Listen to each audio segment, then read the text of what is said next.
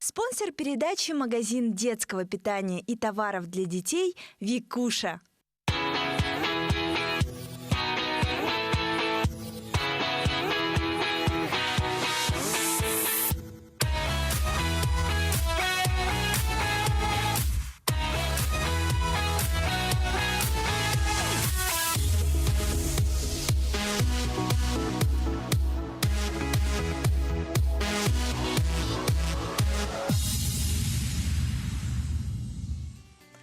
Так, с 8 в школу, к часу на баян, к 3 на балет, вечером театральный кружок, на футбол, еще успеть сделать уроки, поесть и подготовиться на завтрак. А с утра все по новой. Знакомо? Да наверняка каждому родителю. Всем нам хочется, чтобы именно наше чадо было самым красивым, успешным, всеуспевающим, умным и всесторонне развитым. Как же распределить грамотно время и выбрать дополнительные занятия для своего ребенка? Об этом и не только в ближайший час. Всем доброго дня, и мы начинаем.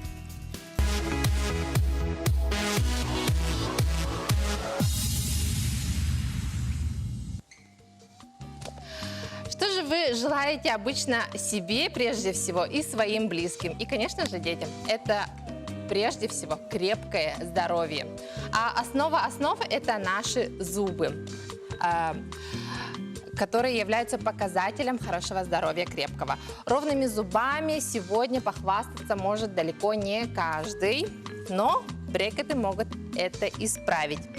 Всегда ли и когда их можно ставить, и вообще все подробности о наших зубах нам расскажет наша первая гостья, врач-ортодонт, кандидат медицинских наук Ксения Пиксайкина. Ксения, проходите, пожалуйста. Здравствуйте. Здравствуйте. Мы очень рады вас видеть и приветствовать в городе женщин. Ксения, ну давайте рассказывать. Вот брекеты сейчас стали даже немножко в моде. Ну да, брекеты – это не только модная тенденция, но и это такой главный как бы элемент. То есть всегда же человека мы встречаем по улыбке. Вот. Ну и, конечно же, это здоровье, да, прежде всего, потому что желудочно-кишечный тракт начинается именно с ротовой полости. Ну и как бы подробнее о брекетах, да, все-таки брекеты, это механически действующая аппаратура. Это не съемная аппаратура. И брекеты, они как бы разделяются на таких самых два главных подвида. Это наружные брекеты и внутренние брекеты. То есть это то, что мы видим, да, вот Да, эта вот железная улыбочка. Да.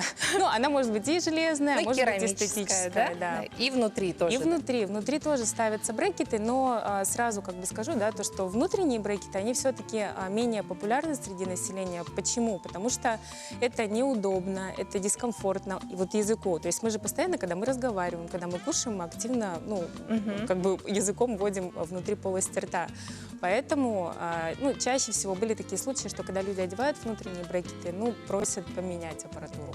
А она эффективна вот с медицинской точки зрения? Конечно, брекеты, они эффективны. Почему? Потому что это полный контроль врача. То есть не сам пациент контролирует, как он носит эту аппаратуру. Эта аппаратура неизъемная. То есть она круглосуточно находится в ротовой полости. Вот. Ну и как бы на протяжении 1,5–2 лет минимум. Вот, поэтому как бы это очень важно. Вот мы как раз можем, я могу продемонстрировать, сразу пройдем, да, показать. Ксения принесла очень много зубных штучек. Вот мы же можем, да, как-то приблизить, показать вот наш знаменитый зеленый человечек Дентекса. Вот посмотрите, здесь как раз представлены брекеты наружные, вестибулярные, металлические брекеты и как бы сапфировые. Я с этой стороны да. стану. Тут, получается, разновидность их какая? Вот нижние брекеты металлические – это фирма Ормка. Это безлигатурные брекеты. Это более такие усовремененные брекеты. То есть если на лигатурные брекеты нужно фиксировать, ну, либо вот металлической лигатуркой, да, либо прозрачную резиночку, да, то вот эти брекеты, они не требуют дополнительных элементов. То есть просто отодвигается крышечка, вставляется вот эта дуга, которая осуществляет основное движение, да, передвижение зубов, и, собственно, крышечка закрывается. Благодаря таким брекетам что происходит? Ну, в принципе, все брекеты, они работают одинаково. Смысл и задача их, ну, как бы одна. Красивая улыбка. Да, да. Вот, но как бы считается, что Деймоны все-таки они такие более комфортные брекеты. Почему? Потому что как раз-таки нет вот этой вот лигатуры, которая, ну, там может царапать, мешать. Вот, в основном.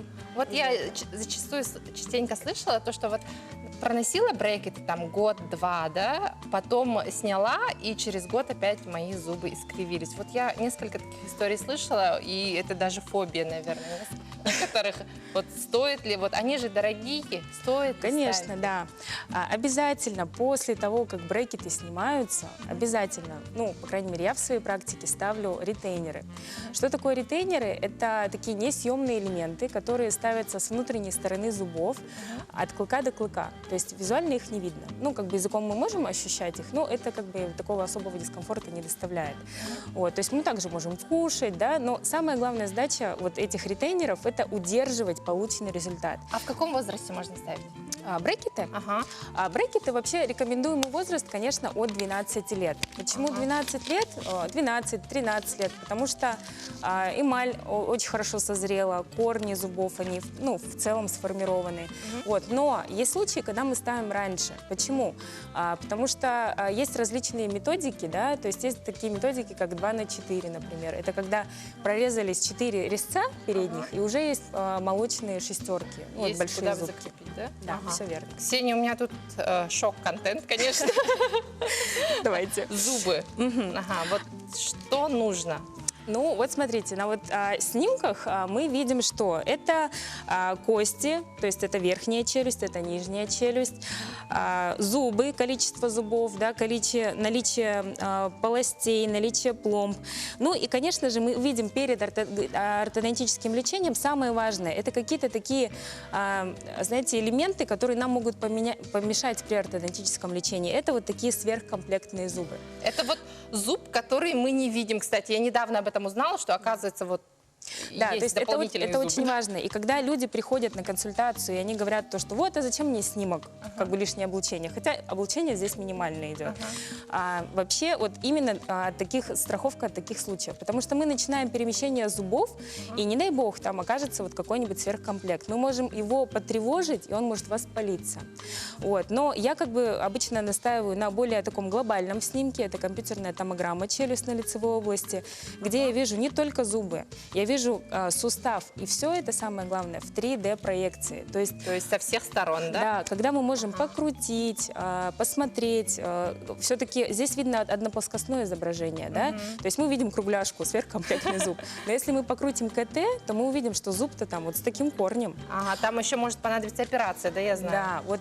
И от этого уже будет зависеть тактика, то есть насколько... Ой-ой-ой. Да, вот. Не буду говорить, чьи зубы я принесла. Так, дальше давайте посмотрим на мониторе. Да, тут есть фотографии. Да, вот несколько работ мы сейчас покажем. То есть вот смотрите, брекеты, они вообще, можно следующее, они, понятно, что исправляют не только эстетику, но и функцию, да. И все-таки помимо брекетов дополнительно мы делаем челюстно-лицевые операции. Вот здесь вот показаны варианты, когда прикус была... поменялся, да, у девушки да, вот немножко? поменялся прикус. То есть здесь к брекетам была применена еще челюстно-лицевая операция. Дальше. Вот, ну и как бы здесь зубы в ротовой полости, видите, насколько была такая сильная скученность. И вот видите, как меняется высота прикуса. Зубы, они выровнены, да? Ага, дальше можно посмотреть, все А прокрутить. правда ли, что когда во Дальше. время ношения брекетов надо сидеть на диете, чтобы в основном жидкую пищу есть? Нет, на самом деле, как бы, знаете, такой определенной диеты нет, что какие-то продукты можно, какие-то нельзя.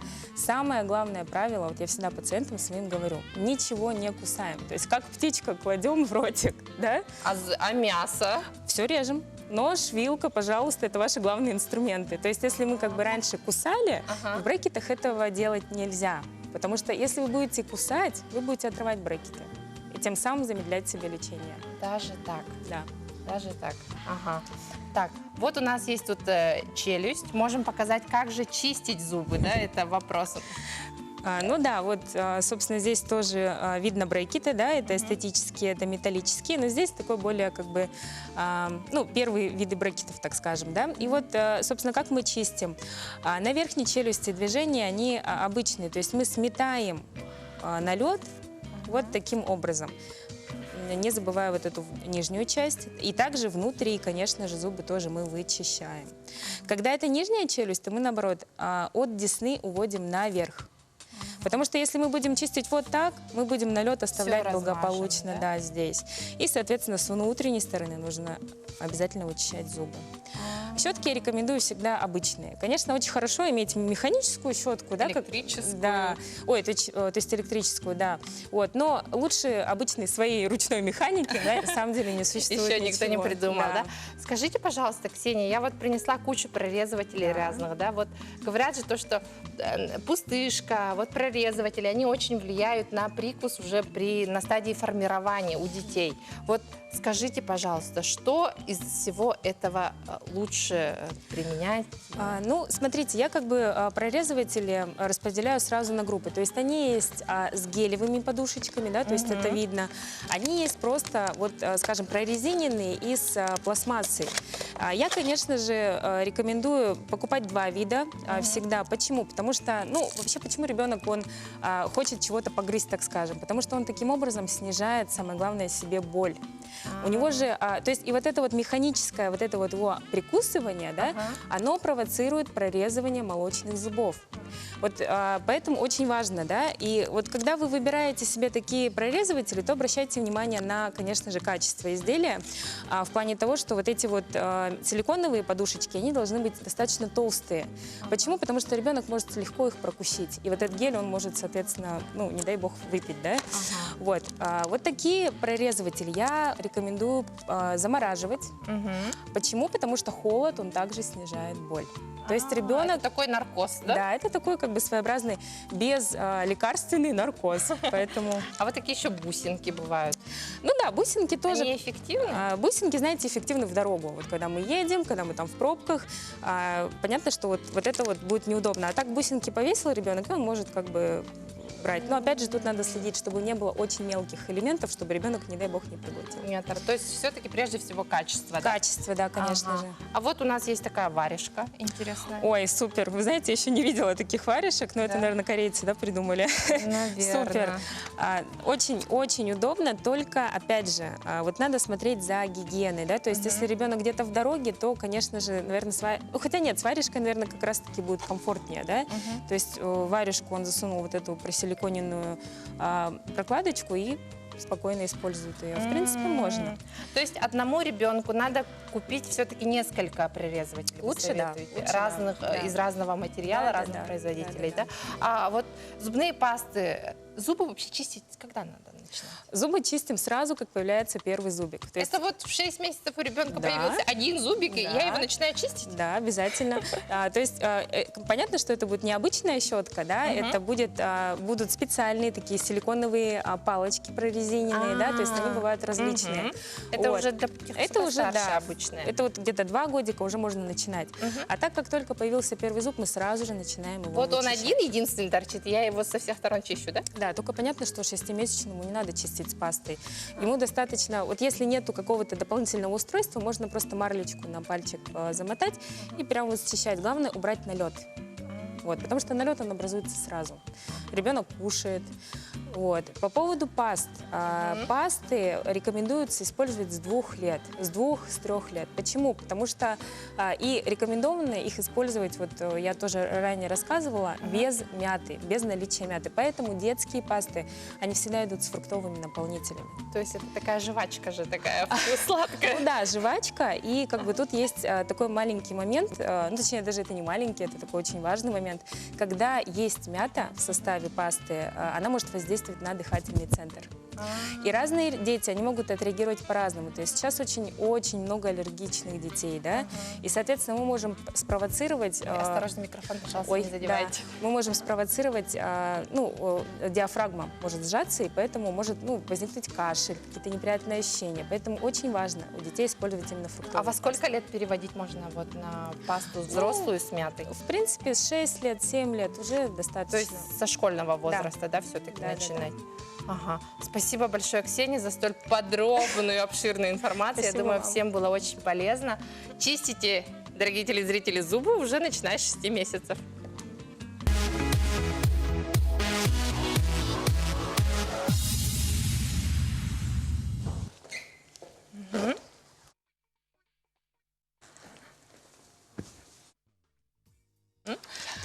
Вы смотрите «Город женщины». Далее я пригласила сюда педагогов. А все потому, что воспитание детей – это целое искусство, которое мы познаем на протяжении всей жизни. Для каждого родителя свой родной ребенок, он самый талантливый, умный, одаренный, красивый и вообще самый лучший. Это без сомнения, но бывают лучшие, среди лучших еще и одаренные. Как же во всем этом разобраться, нам помогут наши гости. Заходите, пожалуйста. Анна Семеновна Сакердонова, преподаватель кафедры начального образования Педагогического института СВПУ. И доцент той же кафедры, кандидат педагогических наук Софья Николаевна Шадрина. Здравствуйте, дорогие гости. Так, ну давайте начнем наш разговор вот с одаренных детей. Бывают же умные дети, еще и одаренные. Как же их выявить, отличить и в каком возрасте это вообще возможно? Ну, распознать одаренного ребенка можно по нескольким факторам. И мы можем выделить один из факторов – это раннее развитие ребенка. Одаренный ребенок очень рано начинает говорить, у него очень богатый словарный запас. Рано это во сколько? В годик уже могут говорить. Ага. Первые слова они могут начать говорить даже в 6 месяцев. То есть это признак одаренности уже, да? Один из признаков, можно сказать. Ага. То есть Они могут и раньше начать читать, распознавать буквы могут. да. Но это тоже только один из признаков. Ага. Потому что, например, Альберт Эйнштейн, он начал читать только в 7 лет. И говорили же, жаловались на его родителей, что он немножко Да. Да. такой странноватый, мягко говоря. Кстати, об этом же можно тоже вспомнить, да, насчет вот детей. Следует еще обратить внимание на то, что у одаренного ребенка необычная память. Они запоминают очень много и быстро. Причем они запоминают такие факты, которые незаметны, или мы можем, обычные люди, не заметить. Взрослые могут упустить. То есть это вот какие-то детали, да? Детали, да. Ага. Вот, ну, дети же, они, в принципе, в маленьком возрасте, они как губка, все впитывают, все запоминают, Да. все замечают. Вот как же отличить все-таки вот? И в Ну каком и возрасте? один из признаков, на что следует обратить внимание, это увлеченность. Мгм. Одаренные дети, ну все дети, мы скажем так, увлекаются чем-либо, да. Вот одаренные дети увлечены своим хобби и знают его очень глубоко. Они много читают, интересуются. Также можно обратить внимание на то, что одаренные дети любят одиночество. Они не знают, что такое скука. Нет, это некоторые. Мгм. Да. У них в силу вот природной любопытности они А умеют может себя- ли ребенок быть одаренным сразу в нескольких сферах? Да, да, можно. Вполне возможно. Вполне возможно. В нескольких сферах также выделяют простую одаренность и сверходаренность. Мгм. И виды одаренности, они могут быть физические, одаренность в искусстве, математические способности могут быть у А ребенка. тут какие-то тесты Литературные. нужны? Или как? Вот как какие-то тесты нужно Да, делать? да, если родители заметили какие-то признаки вот эти, то рекомендуется, конечно же, показать его специалисту, который проведет специальные психологические тесты, которые определяют его мышление. Мгм. Вот один из признаков, вы сказали то, что ребенок много читает. Да. Ага. А сейчас же, ну, будем честными, современные дети читают мало. Все-таки влияние гаджетов, вот, новых современных технологий дает о себе знать. Да. И как Да. же вот приучить детей к чтению? Вот мы хотели бы еще отметить, что полагается, что 90% людей рождаются одаренными. 90? Да, 90. 90. И проявление вот этой одаренности, способности в какой-то сфере, конечно же, для этого нужна развивающая среда. Ага. И чтение, на мой взгляд, да, Софья Николаевна? Чтение все-таки очень важно, да? Да. Софья Николаевна, давайте вы продолжите. Вот чтение очень... Чтение действительно связано с одаренностью, да, и вот как раз Анна Семеновна говорила о разных видах одаренности, да, есть вот физическая одаренность, да, одаренность к математике, да, к математическим наукам, да, а вот литературная одаренность, она сразу видна. Ребенок сразу привлекает внимание, да, поскольку действительно, вот как отметила Анна Семеновна, ребенок начинает рано говорить, да, и задает очень много разных нестандартных, интересных вопросов. А Это вот уже- бывает же то, что ребенок бывает, ну, вообще никакой в математике, да, двойка по математике, да, но по литературе у него фантазия хлещет, все сочинения 5 на 5. Пушкин, двоечник по математике, Да. да, но великий поэт, гений. То есть, Да, Пушкин Бывает. это, конечно, сверходаренность. А вот Да. мы говорили, 90% детей одаренные люди, да, но сверходаренность это все-таки, наверное, меньше Да. процент. но вот одаренные 90% детей, но вырастают наверняка одаренными, ну, развить удается Не всем. меньшему Да, количеству, конечно. да? Потому что в первую очередь это зависит, конечно, от родителей, их любви. Потому что любовь это такая энергетика, которая вот может вытянуть, Да. может раскрыть одаренность. Да. Да, здорово. И поэтому, конечно, в первую очередь надо любить детей. Поскольку мы говорим о 90%, значит, любой ребенок, абсолютно Дорогие любой. родители, слушайте внимательно. Любой, Любите своих детей. Какими бы они ни были. Даже с двойками, даже с рваными коленками. Да, конечно. Так, давайте, Софья Николаевна, пригласим наших юных помощников, да? Да. Это у нас Саша Андросов, ученик 2 класса Национальной гимназии, и Сияна Сивцева, ученица 1 класса Саха-Корейской школы. Так, ребят, садитесь. Лучше, чтобы они рядом сели, да? или- Рядышком. Ну, вот так Вот так вот, вот. ага. Сюда. И тут у нас наши педагоги подготовили небольшой тест. Давайте, Софья Николаевна, объясним суть. Так, ну вот мы взяли обычный текст, да? И дети должны прочитать текст. Сияна у нас ученица 1 класса, да? Должна прочитать текст. Мы специально детей не готовили. Почему? Потому что мы просто хотим показать на примере, да, что дети действительно могут задавать очень интересные вопросы. Вот сейчас Сияна прочитает текст. Сияна, прочитай, пожалуйста, текст, а потом постарайся к этому тексту, да, поставить вопросы. Так, она вслух должна прочитать, да? Да. Ага. Анна Семеновна, помогите, пожалуйста, да. Я подержу. Так, Сияна, давай громко. Жил-был доктор. Звали его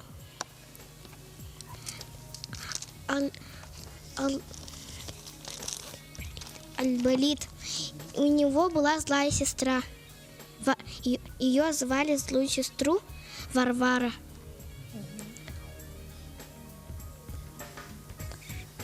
Так, дальше. Она потеряла строчку. Больше доктор любил зверей. Он Пальчик положи. Так, ну все, достаточно, наверное, Сияна. Спасибо большое. Отметим, что Сияна 1 класс научилась читать только вот совсем недавно. Да. Молодец, спасибо большое, ты молодчина. Так, дальше у нас Саша что должен сделать? Нет, Сияна, Сияна должна сейчас сразу задать вопросы к этому тексту. Какой ты можешь задать? Что ты Постарайся поняла? придумать. в сундуке кто жил? Где? В сундуке доктора Альболита кто жил? Вот такой вопрос можешь поставить, да? Еще какой? Еще какой можешь? Кто в буфете жил? Кто в буфете жил, да? Еще? Доктор Альболит. Животные любили доктора Альболита или злую нет, да? сестру?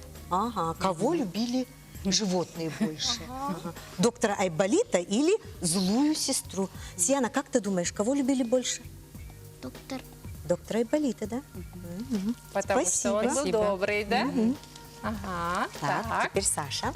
Саша. У Саши текст какой-то другой, особенный. Да, это текст Давайте особенный. покажем на камеру. Вот с картинками. Некоторые слова у нас в виде картинок. Так, давайте начнем. Саша, это необычный текст, потому что вместо слов здесь вставлены картинки, да? И ты должен прочитать. Вот видишь картинку, да, и должен вставить слово. Понял, да? Ага. Ну, Читай давай. выразительно. Выразительно, хорошо? Летом Ира жила в деревне у своей бабушки. Однажды бабушка послала Иру в магазин за батоном и за хлебом. Ира взяла деньги и сумочку и пошла в магазин. Недалеко от магазина стоял дом хозяева, которого держали гусей. если мимо проходили маленькие дети, эти гуси старались ущипнуть их своими клювами. Когда гуси увидели Иру, они зашипели и вытянули свои клювы и побежали к девочке. Один гусь ущипнул Иру за ногу. Ире пришлось вернуться домой. Дома она рассказала обо всем бабушке. Не Саша, бойся, спасибо внучка, большое. Прям сказала. ты так хорошо читаешь, молодец. Ты любишь вообще читать, да? А какие книжки ты любишь читать? Про животных. Про животных? А сказки какие любишь? Сказки какие читаешь? Сказки не любишь, да? Ну, читаю сказки. Тоже читаешь, да? Какие сказки читаешь? Ну, всякие сказки. Ага. Ну-ка, поставь к этому тексту вопросы. Софья Какие? Николаевна, а что показал этот тест? Он должен сейчас поставить вопросы к этому тексту. Ага, давайте, давай-ка. Саша, слушаем теперь твой вопрос. Почему бабушка послала Иру, они вместе... Почему они вместе не пошли в магазин? Почему вместе не пошли в магазин, да? Еще какой вопрос мог бы ты поставить? Почему хозяева держали гусей? Почему хозяева держали гусей, да? Еще? То есть это... Софья Постарайся задать Николаевна, какой-нибудь интересный вопрос. Можешь еще поставить какой-нибудь интересный вопрос? Как текст называется? Ага. Ну-ка, прочитай. Софья Николаевна, мы палочка. поняли, да, суть? То есть нужно детей учить задавать вопросы Да, по чтению, да? По прочитанному тексту. Ага, то есть это может быть еще и наверняка вот сказку рассказал да, тем, кто еще не умеет читать, и задать, чтобы он задавал вопросы, да? Да, потому что самое главное вот в методике, да, и вообще вот в выявлении одаренности, это умение ставить вопросы к тексту. Понимание текста. Потому что Необычное понимание. вопросы может ставить человек только такой человек, который понял текст. А это вот от природы дается или этому надо научиться?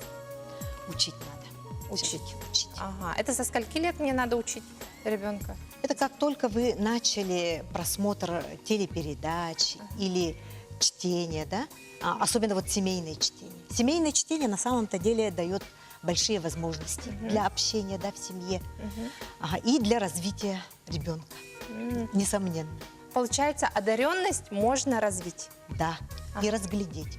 Ага. Потому что дети-то они разные, да, и разглядеть в ребенке какой-то талант, какую-то способность, это сложно, сложно. И поэтому, когда вот беседуешь с ребенком, тут-то как раз и выявляется очень много чего такого. Вот, например, Саша, почему текст называется «Волшебная палочка»? Как ты думаешь? Там есть волшебная палочка? Нет. Нету? А что тогда? Так, Саше надо немножко подумать. Надо подумать. Ага, Саше надо немножко. Бабушка же вообще, дала, палочку. Да? Рекомендуется вообще ребенку читать даже уже с рождения. Вот он лежит уже, да, до года грудной ребенок, можно читать ему уже книжки. И наверняка надо книжки подбирать разные, да? Да. Вот про животных, С там картинками. немножко про машинок, там Да, еще да. по-разному, да? Спасибо большое, Анна Семеновна, Софья Николаевна, Сияна, Саша, за то, что пришли сегодня к нам в нашу студию, провели этот небольшой тест. Было очень интересно, оказывается, вот то, что одаренность можно развить, для меня это стало открытием. Действительно, и наверняка наши телезрители тоже удивились. Дорогие телезрители, мамы, папы, любите своих детей, и он будет одаренным. Далее короткая реклама.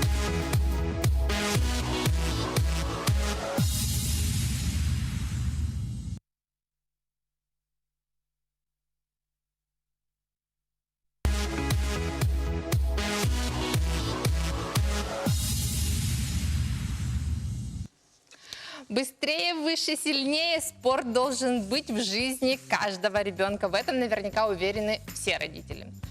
А вот те, кто ко мне сегодня пришли, у них тренировки начинаются, знаете, во сколько? В 6 утра. Вы представляете? Это же, конечно, наши хоккеисты, наша гордость и краса. Ребят, здравствуйте, давайте будем знакомиться. Так, ближе ко мне, самый такой крупный и мужественный, это Константин Есаулов, вратарь. Так, далее его тренер Илья Манаев, тренер вратарей детской сборной по хоккею «Полярные волки». Мгм. Далее тренер Вадим Цикунов. У него команда хоккеистов 2013 года, то есть совсем малыши, да? И наш юный хоккеист Марсель Чудинов. Всем здравствуйте, ребят. Здравствуйте. Ага. Давайте вот расскажем про... Правда в 6 утра начинаются тренировки? К сожалению, да. И как вот, сколько у вас в команде детей вот тренируется? Как они вот встают вообще? Детей же очень сложно утром поднять. Ну, это уже от родителей зависит. Главное, самому проснуться. Ну, в команде у нас получается набор 40 человек. И с этого набора отбирается 20 человек, которые, естественно, более сильнее, побыстрее. Вот основной состав занимается утром. Ага. А почему такое время интересное? Вот в это время как-то организм еще не проснулся или наоборот он больше энергии или как? Нет, почему? Это как утром встать и зарядку сделать. Ага. Так, когда организм просыпается, он укрепляется. Все, утро, зато весь день бодрым ходишь. Ага. Илья, вы согласны? Абсолютно согласен, да.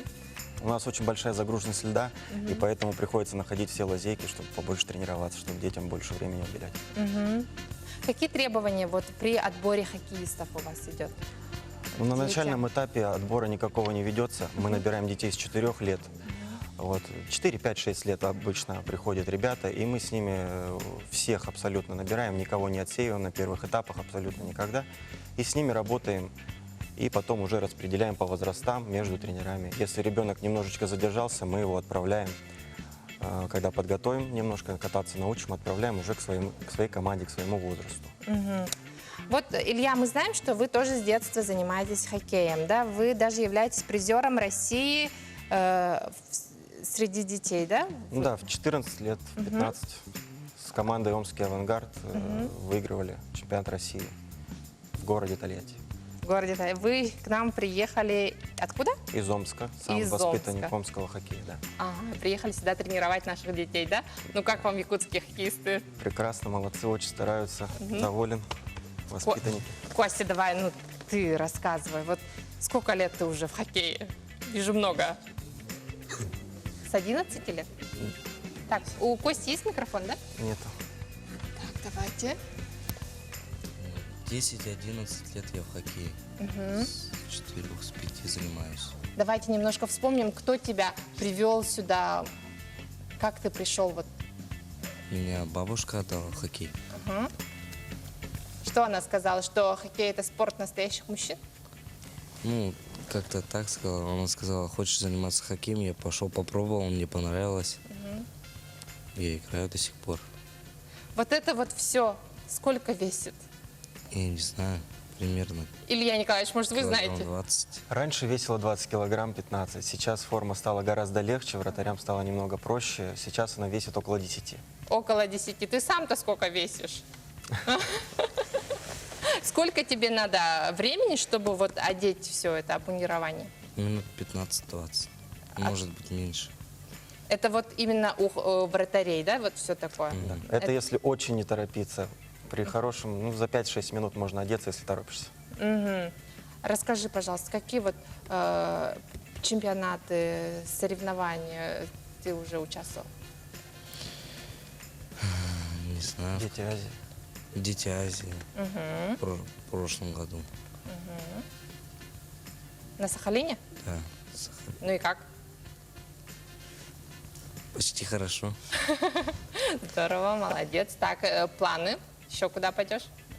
Не знаю, в какую-нибудь команду попробовать играть. То есть ты планируешь связать свою жизнь с хоккеем? Скажи, пожалуйста, вот ты учишься в школе в каком классе? В 9. 9. Это же такой ответственный год. И от тренировки у тебя сколько времени занимают в неделю, в день? Ну, 5 тренировок в неделю. Понедельник, среда, пятница вечером. Вторник, четверг это уже, ну там в обед, после обеда. Вот немного ли для вот 5 дней в неделю? Для начального этапа, наверное, мало даже. Ой, ну, нормально как раз. А вот для его возраста уже хотелось бы больше. Еще больше Да. надо? В Омске в этом возрасте мы занимались уже по 2-3 тренировки в день. Ага. А то есть, а у ребенка, а ты вообще ходишь на какие-нибудь другие секции? На другие, там, математику, там, английский, куда-нибудь еще? Нет. Вообще, то есть спорт занимает это все время, да? Все нужно полностью отдаваться, чтобы вот прям заниматься хоккеем, да? Вы тоже так занимались? Да, абсолютно. С утра до вечера. Без Вадим? перерыва. Да. Ага, Но я начал здесь играть, потом уехал. ага, Играл в команде «Акбарс» Казань, ага. Новокузнецкий «Металлург». Тоже получил хорошую школу, хорошую базу. И сейчас также продолжаю играть и тренировать. Тренировать, да? Давайте у Марселя спросим. Марсель у нас является... Вот что за награда у тебя? Расскажи сам.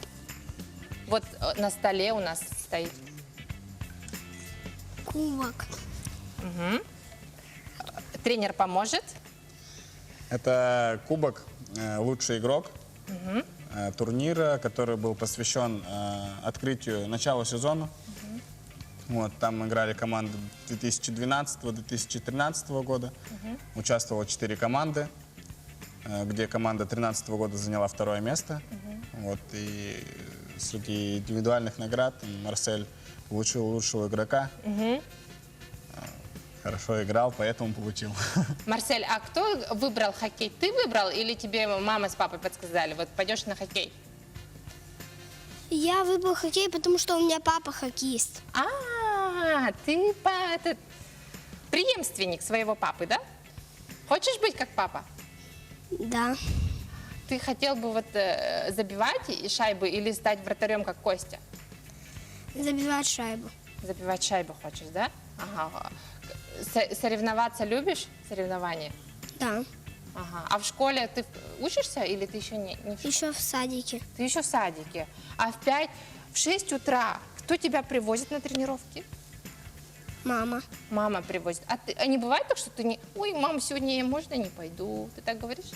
Ну, один раз было всего лишь.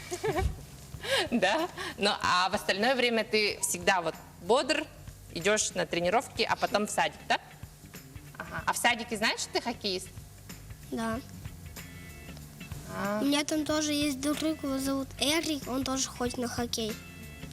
Мгм. Скажите, вот, уважаемые тренеры, как же мотивировать детей вот вставать так рано, одеваться вот по 15-20 минут как минимум и посвящать этому вот все свое время? Как же нужно детей мотивировать, на ваш взгляд? Вы как и сами хоккеисты с юности? Ну, мое мнение, это желание огромное. Это приходит, вот как, если только попробовал чуть-чуть поиграть, и желание сразу моментально приходит, и ты как, все время хочешь выйти на лед, забивать или отбить шайбу. Ну, вот, как бы желание приходит постепенно, да, и вот как только чувствуешь лед, и все время хочется вернуться к нему. А если вот ребенок немножко не хочет, вот как Марсель сказал, один раз сказал, что не хочу, да, вставать так рано, нужно ли заставлять детей? Ну, если вы хотите получить результаты в будущем, то, конечно, иногда нужно и применить методы такие посерьезнее, заставить пойти на тренировку уже, несмотря на то, что ребенок сегодня, допустим, не захотел. В дальнейшем у него такого возникать уже не будет.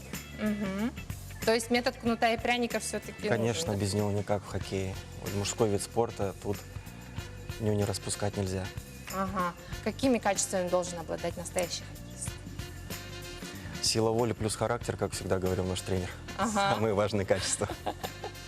Здорово. Так, у вас вот тренировки проходят как? Сначала наверняка разминка, да? Ага. Да. У нас ребята покажут нам сейчас небольшую тренировку же, да? Давайте, Костя, я тебе помогу, да, отсюда выйти. Поместишься? Вот, смотрите, какой он. Маску, Так, шлем и надевай. Марсель. Так, вот вам коврик подготовили. Мы начинаем с рук. Осторожно. Я отойду. Поменяли. Ага. Так, руки сначала, да? Потом что? Наклоны делаем. Наклоны. Это вообще жарко наверняка, да, во всем этом? На льду нет. Да нет. Ну там, да, попрохладнее. Развороты корпуса в левую, в правую сторону. Так, развороты корпуса. А в шлеме все слышно? Да. Его плохо слышно, а ему все слышно. Ага, так, Покажи что-нибудь на коленях. давай. Растяжку влево, вправо, с выпадом ноги. Во всем этом еще и растяжку делать. Так, что это дает? А сколько вот вообще разминка занимает времени перед? Максимум 15 минут. Ага, потом уже вот Основная часть идет занятия. одна тренировка, она сколько занимает по времени? Час 15-1,5. Ух ты, без перерыва? Только водички попить. Ага, то есть водички им можно, да? Да, обязательно. Без этого никак. А хоккеисты какой-то диеты придерживаются? Нет, специальной диеты для хоккеистов нет. А бывает же, говорят, что вот во всем этом обмундировании за одну тренировку они скидывают прям по несколько килограмм. Это... Совершенно верно, Да. да. Ага, Вратари немножко, наверное, даже побольше. ага. Ой, ребят, спасибо большое. Ага, садимся. Ох ты. Прям под этой футболкой еще что-то, да? Там куча всего. Прям хочется посмотреть, что же там есть. Но мы можем майку снять. Спасибо большое, дорогие гости. Спасибо, Спасибо что вам. тренируете наших пацанов, за то, что делаете из них вот с такого раннего возраста настоящих мужчин. Костя, Марсель, мы на вас очень надеемся. Мы надеемся, что мы не раз еще услышим ваши имена на соревнованиях, на чемпионатах, даже, может, даже в сборной России. Удачи Спасибо. вам и Спасибо большое. занимайтесь спортом, дорогие друзья. Спасибо. Далее короткая реклама.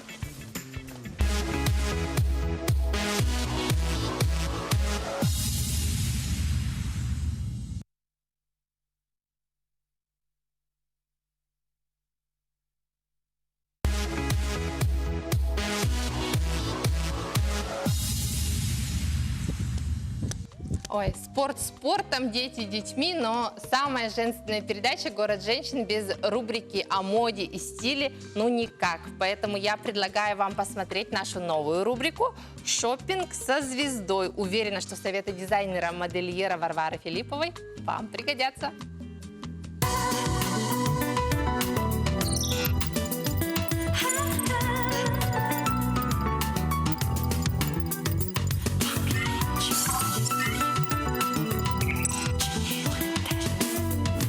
Осень наступила, и самое время подумать о модном гардеробе. И, на мой взгляд, Be Free в этом преуспел. Я бы, например, посоветовала такую молочного цвета, она стеганая, теплая, с кармашками. Ее можно сочетать с джемперами. И совсем уже образ такой другой. И очень красиво. Мне очень нравится. Но вот такие шубки уже несколько сезонов выходят из тенденции моды. Первыми такие шубки сделали Макс Мара. Очень веселенькие такие бомберы под овечку. Тоже из искусственного меха. Очень такого приятного пудрового цвета. Тоже освежают. Смотрите, какое классное модное пальто сегодняшнему образу к моему. Будет классным дополнением. Не модно сейчас, вот если бежевый, монохром, то это разные тона. Получается очень красиво. В этом сезоне также актуальны юбочки таких ярких принтов. И они тоже очень актуальны со свитерами. Тут очень красивые свитера, такие, как будто связала бабушка. Чем крупнее вязка, тем лучше. Сейчас обязательно джинсы должны быть с высокой талией. Вот. Я себе выбираю всегда нейтральных цветов. Если вам не хочется долго думать, что же вам надеть с утра, вы надеваете темно-синие джинсы с высокой талией, сверху свитер крупной вязки, и вы уже в тренде. На самом деле сейчас шарф, он не обязан быть прямо в сочетании там, с сумочкой, с шапочкой. Он может быть совершенно с отдельной деталью, которая будет полностью украшать и дополнять ваш образ. А вот такой шарф, очень такой яркий, да, и тут можно цвет, смотря как вы сложите, так он уже такой однотонный. Так вы можете сделать более веселым, ярким свой образ. Сейчас очень модны пудровые цвета. Они всегда освежают. Такой приятный люрекс здесь. Очень такой деловой шарфик. Для молодежи я бы вот такие классные хомуты. У меня дочка очень любит такие штучки. То есть их надеваешь, не надо думать, что там как намотать. И все, и тепло уже. При желании, в принципе, это делается, превращается в шапку. И все. Как говорится, остатки сладкие. Очень выгодно можно приобрести такие классные жакеты, объемные, оверсайз, приятного розового, голубого, серого цвета. Они, я думаю, будут также актуальны и в следующем сезоне, то есть весна-лето. И вообще Бифри очень следит за тенденциями мировыми и стараются такие интересные классические вещи делать в своих коллекциях, которые очень доступны и не будут так бить по бюджету. 3 мои совета при шопинге. Думаю, для начала надо изучить тенденции моды, что будет актуально, полистать журналы, открыть Инстаграм, оценить свой гардероб, что у вас уже есть из того, что вы можете перенести на следующий сезон, и чем можно будет дополнить, чтобы это ваш уже основной гардероб сделать более модным. И достаточно 1-2 вещи, которые освежат ваш основной образ. Надеюсь, вам мои советы пригодятся. До новых встреч. До свидания.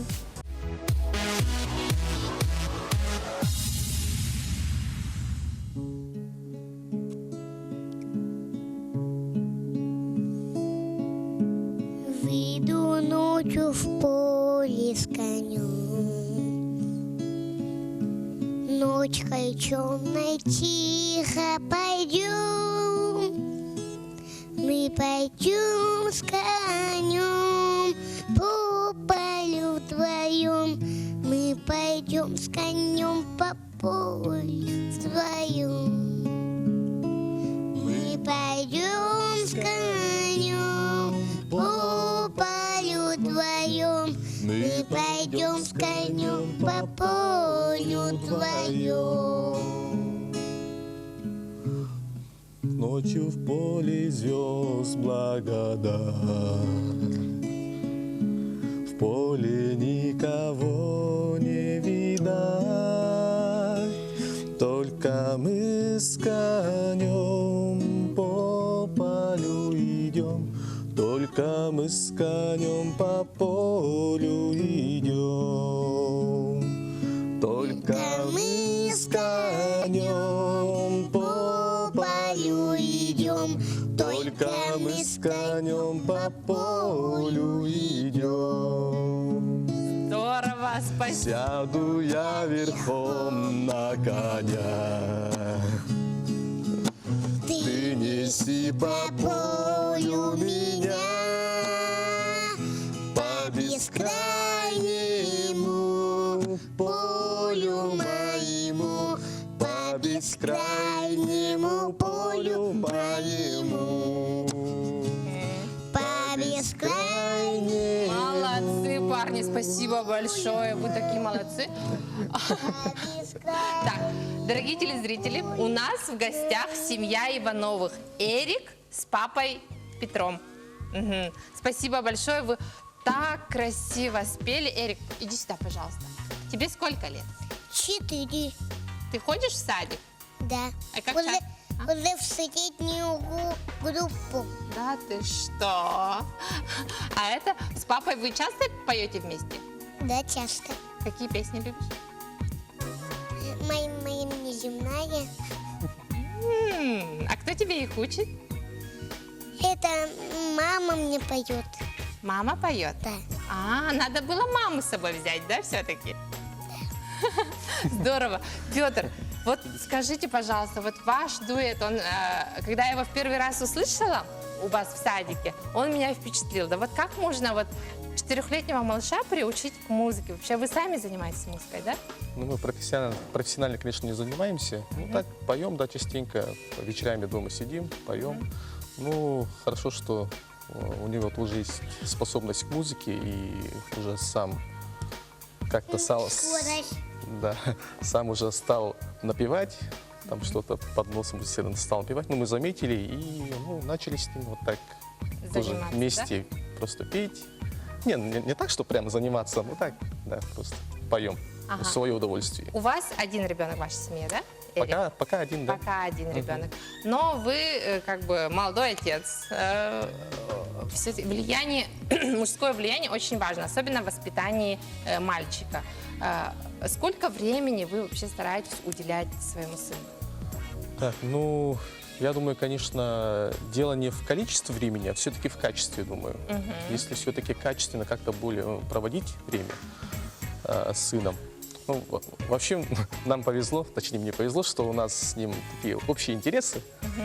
И очень любим вместе проводить время. Что вы делаете? Что мы делаем? Обычно мы лепим из... С пластилина? Да. И? Из пластилина любим лепить, и с конструкторами играть, динозаврами играем, книжки читаем, энциклопедии. Вот как-то так. Какой вы молодец. Прям это редкость, мне кажется, в современном времени, когда папы бесконечно работают. Вот вам через пару-тройку лет в школу вы наверняка уже думаете о дополнительных занятиях вашего сына, да? Что вы для него подготовили? Да. Ну, скорее всего, отдадим в музыкальную школу. Ну и помимо этого, конечно, спортивную секцию. Вот. У нас уже есть первый выбор. Сейчас хотим вместе пойти на бассейн. Ну, а потом уже посмотрим, на какую-нибудь уже спортивную секцию отдадим. Ну, у него уже есть уже свои предпочтения. А куда ты хочешь? Какую секцию? На море. На море хочешь? Правильно, самый правильный спорт. Ездить на море. А ты уже был на море? Я был в Сане. О! Еще где был? Каким спортом? Ага. Так, Эрик у нас уже был в Санье, и он хочет заниматься спортом же, да? Ты каким спортом? Футбол хочешь или теннис? Может, хоккей, как наши вот парни были? Нет, я хочу вообще-то кикбоксером. Кикбоксером. Папа, вы занимаетесь кикбоксингом? Нет, не Нет? занимаюсь кикбоксингом. Ну, почему-то он сам тоже выбрал. Ага. Вот, ну, сам тоже хочет на кикбоксинг тоже ходить, поэтому... А как скорее вы всего, вот так. планируете вообще распределять время? Да? Вот вы с супругой работаете же, да? На секции водить ребенка это все-таки время. Да. Как вы планируете вот распределять? Ну, скорее всего, буду водить его сам, наверное. Ну, пока мы точно так не определили, мы будем решать по мере возможности, я думаю. Но А как вы считаете, вот что обязательно должно быть в жизни ребенка? Вот музыка, спорт, это вот ваше пожелание. А что должно быть обязательно? Как вы думаете? обязательно. Конечно же, любовь со стороны родителей. Ага. Вот. И, спорт, думаю, обязательно ему нужен. С каждому ребенку нужно как физически развиваться, и с творческой стороны тоже, конечно, должен развиваться. Но не только музыка, но и посредством рисования, лепки, не знаю, как-то так. Но все равно спорт должен быть, я думаю. То есть вы за разностороннее развитие, да? Да. Ага. А вот наши предыдущие гости говорили то, что надо с измальства за ребенком наблюдать. Вы как это делаете? Вот даете ему волю, вот занимайся чем хочешь, сам выбирай вот это занятие, да, досуговое. Либо вы вот давай, садись, Эрик, сегодня пластилины, там сегодня музыка. Нет, такого, конечно же, нет. Он сам волен себе выбирать занятия. Вот. Да. Да, он планирует. В общем, ему сильно так не прививали. Так сам как-то само по собой пошло. Я даже не могу с уверенностью сказать, как у нас Как это получилось? как это все получилось. А вот вы с мамой стараетесь вот все вместе втроем проводить время, или у вас есть вот мамино время и папино время? Такое тоже есть. И мамино время, и папино, и общее время у нас, конечно же. Да. Вы это как-то распределяете? Да, стараемся распределять. То есть заранее планируете, да? Не так, чтобы заранее, так просто. А что бы вы пожелали молодым родителям, которые вот иногда не успевают уделить время? Очень быстро, пару слов.